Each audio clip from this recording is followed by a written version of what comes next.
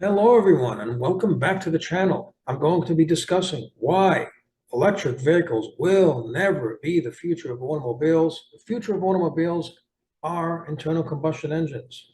And the reason why cars have changed and why internal combustion engine cars are becoming more unreliable, more expensive, don't last as long, is because of politicians and the government pressuring automobile manufacturers to make cars unreliable in order to force them to phase them out and transition to EVs. I'm going to bring up an article, show you what the politicians are doing, why cars are changing for the worse. So this is an article from the New York Times.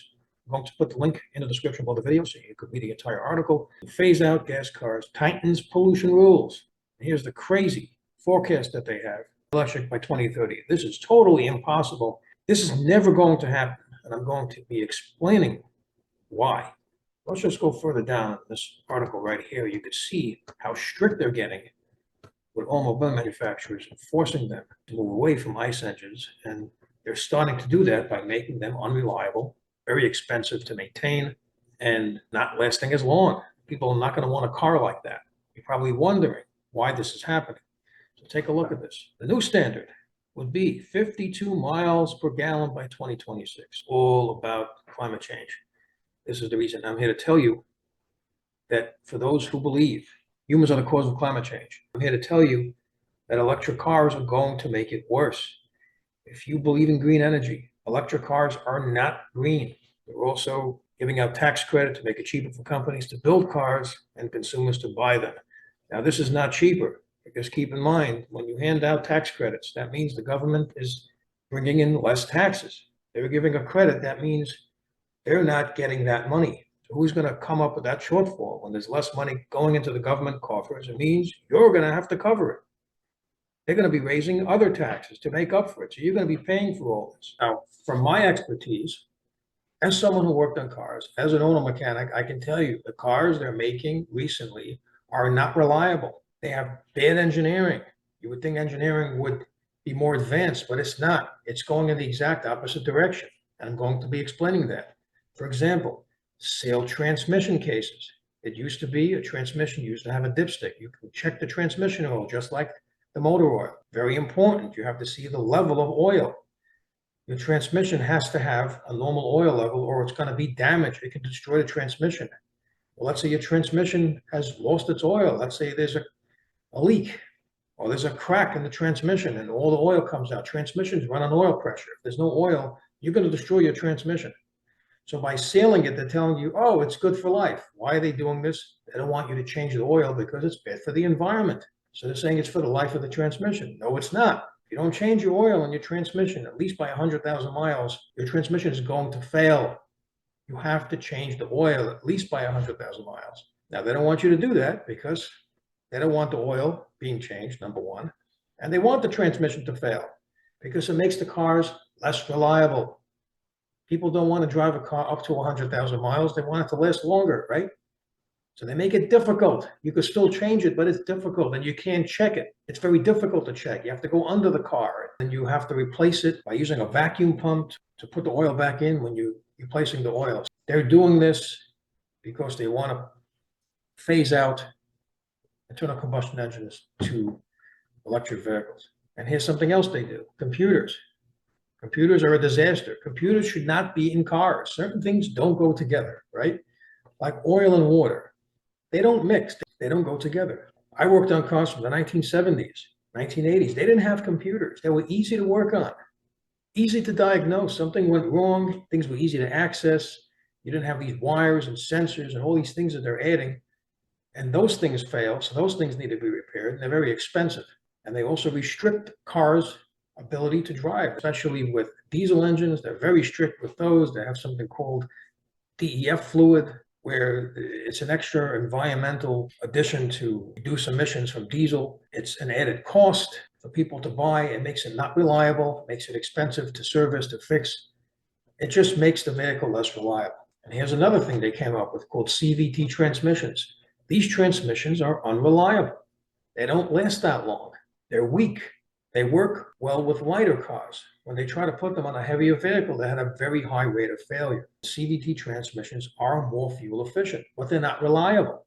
They don't work well with heavier vehicles. So that's another problem. And they also say you don't have to change the oil. Yes, you do. You have to change the fluid on CVT transmissions as well. If you don't do it, it's not going to last that long. There's something else they have called a timing chain driven water pump.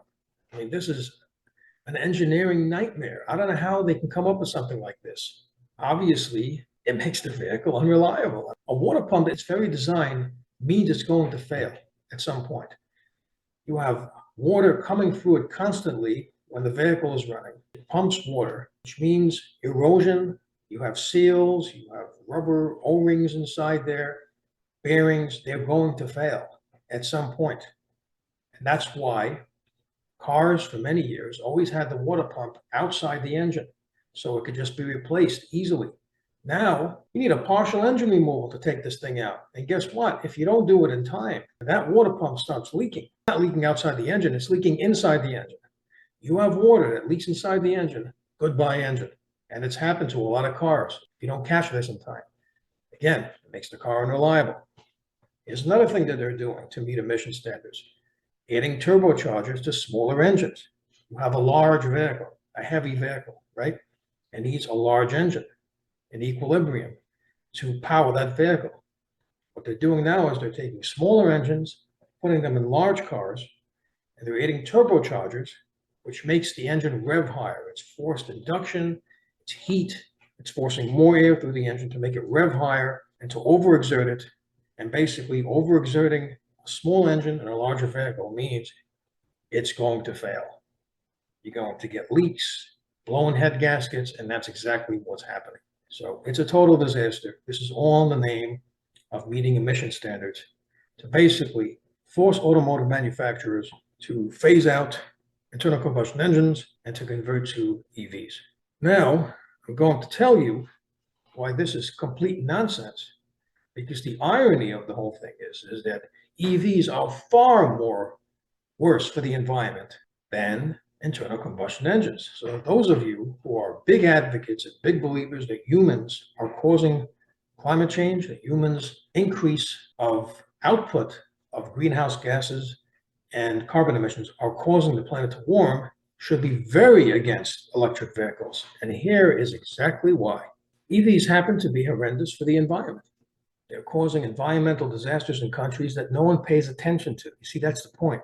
The West is exporting their pollution and greenhouse gases to countries that are unseen and underreported by the media. Take a look at this: how modern-day slavery in the Congo powers the rechargeable battery economy. Smartphones, computers, and electric vehicles may be emblems of the modern world. Rechargeable batteries are frequently powered by cobalt mined by workers laboring in slave-like conditions in the Democratic Republic of the Congo. Oh, these wonderful Democrats, how much they care about the worker, right? Minimum wage and labor laws. Meanwhile, these people are slaving in these countries to mine these batteries for these electric cars. Researching modern-day slavery, human trafficking, and child labor for 2 decades. He says that although DRC has more cobalt reserves, referring to the Democratic Republic of the Congo, and the rest of the planet combined, there's no such thing as a clean supply chain of cobalt from the country.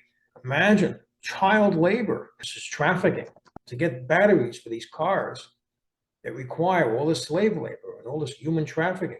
You have to imagine walking around some of these mining areas and dialing back our clock centuries. Imagine that. People are working in subhuman, grinding, degrading conditions. They use pickaxes, shovels, stretchers of rebar to hack and scrounge at the earth, trenches and pits and tunnels to gather cobalt and feeding it up the formal supply chain.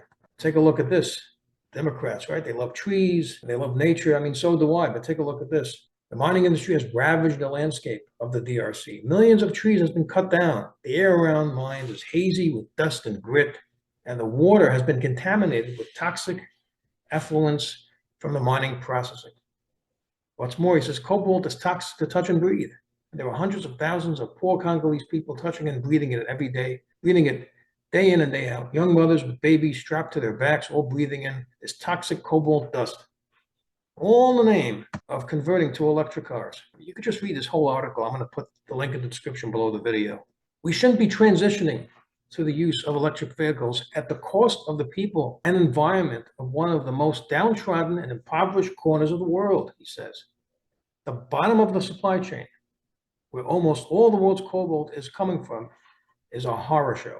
Transitioning to 2030, really, this is what they're transitioning to, on why these conditions are on par with slavery. By the way, this is nothing. This is the tip of the iceberg, which I'm going to get to. Danger of collapse, trafficking of children to work in the mines. By the way, this is from the NPR. It doesn't get much more mainstream than that. Here's an article from Euronews. South America's lithium fields reveal the dark side of our electric future. Lithium represents a route out of our reliance on fossil fuel production. As the lightest known metal on the planet, it is now widely used in electric devices from mobile phones and laptops to cars and aircraft. You see here it says, they're talking about this crazy prediction that they're making. Lithium-ion batteries are most famous for powering electric vehicles, which are set to account for up to 60% of new car sales by 2030. However, this doesn't come without a cost. Mining the chemical element can be harmful to the environment. Oh my goodness, harmful to the environment. What else is it harmful to? Why is lithium extraction bad for the environment? Any type of resource extraction is harmful to the planet.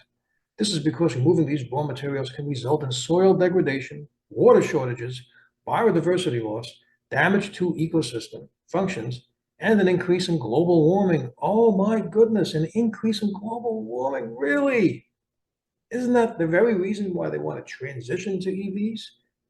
To get away from global warming? Instead of transitioning away, they're transitioning to it. They're transitioning to global warming. Oh my goodness.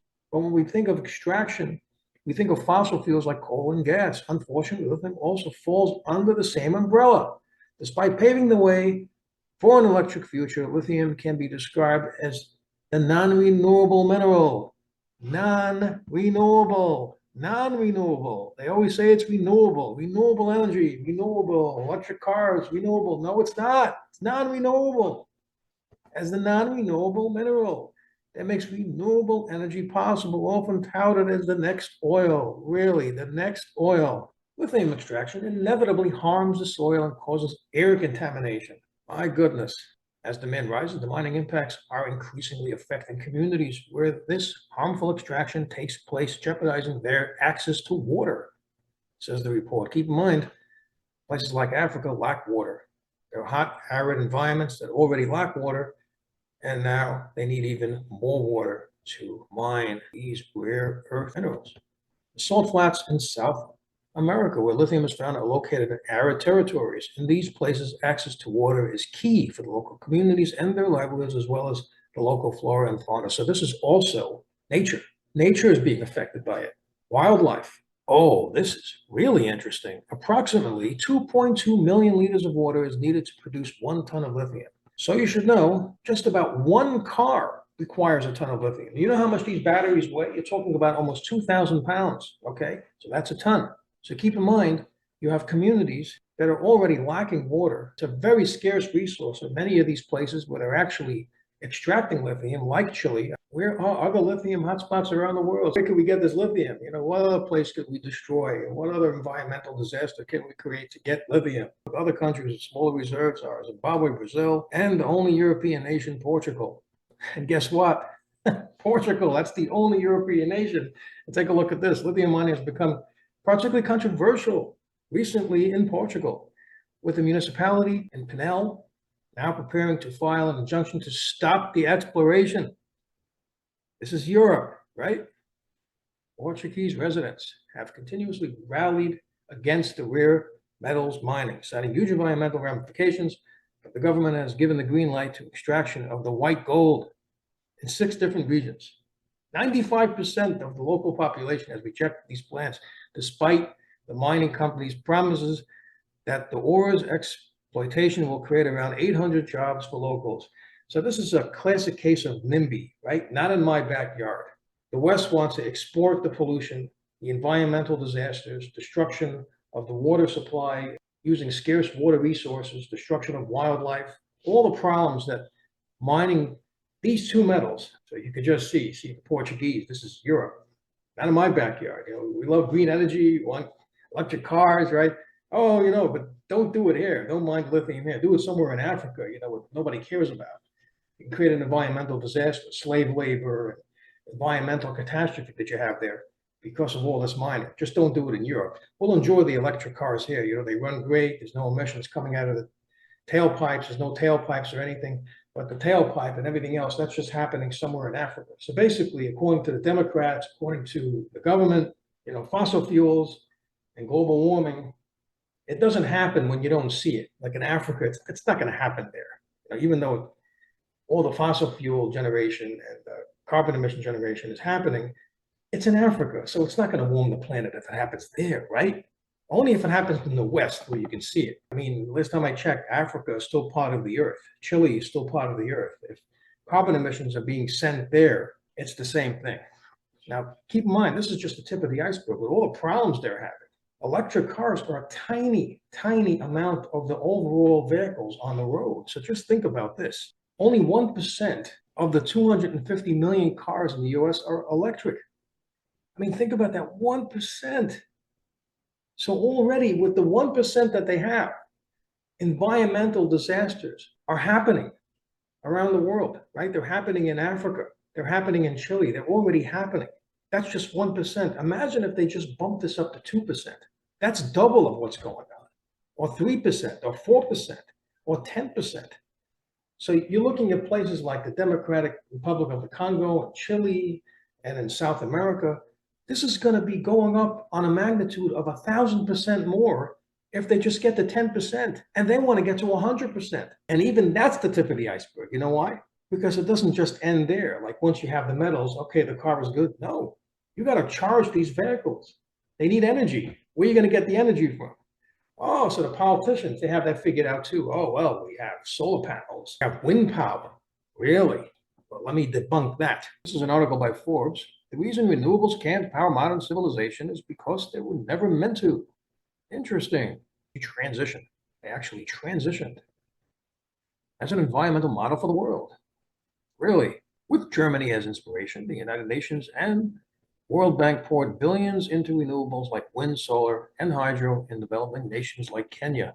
But what went wrong? Then last year, Germany was forced to acknowledge that it had to delay its phase out of coal and would not meet its 2020 greenhouse gas reduction commitments. Oh my goodness, what went wrong? It announced plans to bulldoze an ancient church and forest in order to get at the coal underneath it. Oh my goodness, imagine that. Not only did the renewables not work, they had to do a complete about face to go to what they consider the dirtiest form of energy, coal. Imagine that. What went wrong? Germany has fallen short of its emission targets, in part because its targets were so ambitious. Really, they were so ambitious, but yet Germany didn't fall short of its climate targets. Its emissions have flatlined since 2009. All the way back then, they still can't get it done. I wonder why it hasn't worked. It's not like they just tried this yesterday. It's been many, many years. Solar and wind advocates say cheaper solar panels and wind turbines will make the future growth of renewables cheaper than past growth, but there are reasons to believe the opposite will be the case. Der Spiegel, which is a German newspaper, cites a recent estimate that it would cost Germany 3.4 trillion euros, or 7 times more than it spent from 2000 to 2025, to increase solar and wind 3 to 5-fold by 2050. 3 to 5-fold. And that's by 2050. And they want to transition to electric cars by 2030, right? So now they're digging up coal out of the ground because they have massive energy shortfalls. And they're talking about just increasing it 3 to 5-fold when they want to increase electric car use by 2030. And they're talking about 2050. How are they going to charge these cars with what? Between 2000 and 2019, Germany grew renewables from 7% to 35% of its electricity. And as much of Germany's renewable electricity comes from biomass, which scientists view as polluting and environmentally degrading as from solar. Really? So what good is it? If it's environmentally degrading, it's creating greenhouse gases, creating pollution. It's not green energy. If renewables can't cheaply power Germany, one of the richest and most technologically advanced countries in the world, how could a developing nation like Kenya ever expect them to allow it to leapfrog fossil fuels? EVs will destroy the automotive industry. There's hardly any used vehicle market for these things. I mean, keep in mind, far more used cars are on the market than new ones. I mean, that's obvious, right? Most of the automotive industry relies on selling cars that are used. Most of this industry is going to be gone. I mean, who's going to buy a used electric car? I mean, most of the value is the battery. It's very expensive. That's the power source of the vehicle. Of course, electric cars have a lot less in terms of parts. There's a lot less in there. You would have an internal combustion engine, which is a big benefit. There's a lot of benefits to it, but the costs way outweigh the benefits. There is no power source. It's within. The power source is within, not outside, not externally, like a internal combustion engine. So you're talking about an entire destruction of the automobile industry. That's one of the big backbones of the United States economy. You know, it's the automotive industry. It's very important. I mean, look at banks rely on it. There's loans being made on it, car payments, all this gone. What kind of used car market is there going to be for EVs? These batteries degrade. It's most of the value of the car. It's a majority of its value gone. What are these things going to be worth? And then you have to understand, like from a mechanic's point of view, the auto parts industry. You know how big the auto parts industry is? How many parts are being purchased and installed on cars, being sold, they're being marketed, all this gone. You can't work on these cars. I know someone who has an electric car. You have to go to the dealer. You can't get parts. There's no parts for these cars. That's gone. That's a huge industry. Gone. And then you're talking about the auto service industry, car mechanics. They're all going to be out of business because only dealers work on them. And by the way, this increases the cost. If you take a car to a dealer as opposed to a mechanic, it costs a lot more to fix it, a lot more to repair. There's going to be shortages. There's going to be shortage of labor. How many people are all going to the dealer at the same time? It's going to drive up the cost to service it. Keep in mind, I mean, who can work on these things anyway? These lithium batteries, they're very large, they're hazardous, they're dangerous to work on. So only dealers have the expertise to work on them. And then, of course, you have sophisticated software that run these things. So the car not only requires mechanical knowledge, they need to be tech geeks at the same time to service them. And of course, people are going to say, well, you know, EVs are innovative, they're the future. ICE engines are in the past, and this is totally false. This is just 100% false. As a matter of fact, EVs predate ICE engine cars. Brief history of the electric car, 1830 to present. The 1830s, it actually predates it. Electric cars appeared long before the internal combustion sort. This was the first internal combustion engine car. It was in the 1880s. Less than 1% of the 250 million cars, SUVs, and light-duty trucks on the road in the United States are electric. Changing the composition of vehicles on the road will be a slow process because only about 17 million new cars are sold each year. By 2035, about 45% of new car sales could be electric. Could be. I just heard 2030, now it's 2035. Now, there's another massive problem here. The entry-level consumer, somebody's looking to buy a car, these EVs are very, very expensive. Let's take a look at the cheapest EV on the market right now. So the lowest priced vehicle starts at $27,495. Now let's take a look at the starting price for an internal combustion engine, $17,600. So you're talking about around $10,000 less. It's the entry-level consumer, somebody who's getting started out, who has a lot of loans, a lot of debt. That $10,000 is a big number to overcome. Now you're going to say, well, the government has these tax credits, and they're going to subsidize it. Well, they will, but not when they convert the entire fleet over to EVs. Those subsidies are going to be gone because people are not going to have a choice. They're going to have to buy these things because ICE engine cars are going to be gone. So the subsidies are going to go away, and it's going to prevent people that are in the entry-level market to get a car. And like I said, even worse, many people buy used cars, especially people starting out. There's not going to be much of a used car market in the electric vehicle market. That's another problem. Cost to maintain, another problem. No mechanics, right? You got to take them to the dealer. I mean, all kinds of problems, people getting priced out. So cost is another major issue. And here's something else to consider.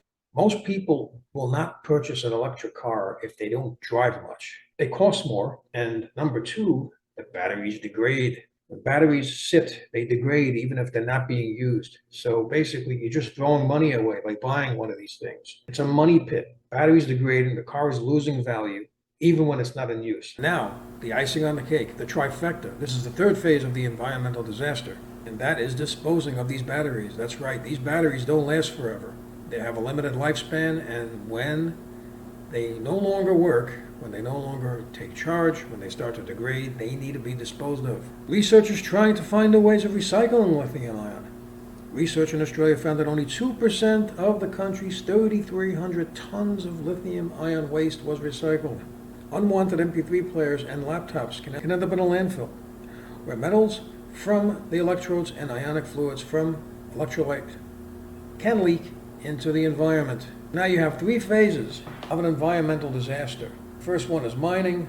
The second one is having to charge the batteries, the energy required to charge these batteries, which require a lot more fossil fuels. And now you have the third phase of the disaster, when these batteries need to be disposed of. I mean, just imagine. This article is talking about MP3 players and laptops. That's the tip of the iceberg. Could you imagine the environmental disaster that's going to be caused when these monster batteries need to be disposed of on a monumental scale? As mentioned before, it takes about a ton of lithium for each electric car. You're talking about 17 million cars being manufactured yearly in the United States alone. Over the course of years, 17 million cars, that means 17 million batteries are going to need to be disposed of.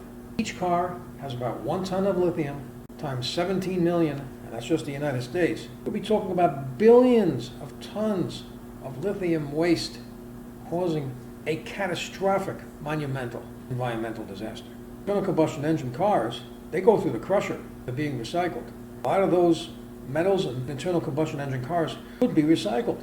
But with electric cars, the most important, significant, and expensive component and heaviest component is the battery. So the bottom line is they have it backwards. They think they're going into the future with electric cars in terms of technology, in terms of emissions, in terms of climate change, in terms of the environment, pollution. They're actually going backwards. They're going back in time.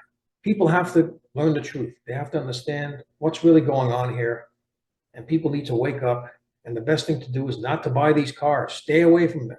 Send a message. Do not buy these vehicles. If you like an electric car, if you have a lot of money, if you're wealthy, yeah, it's a concept car. It's like, think of an electric car, especially if it's an expensive one, like a Ferrari.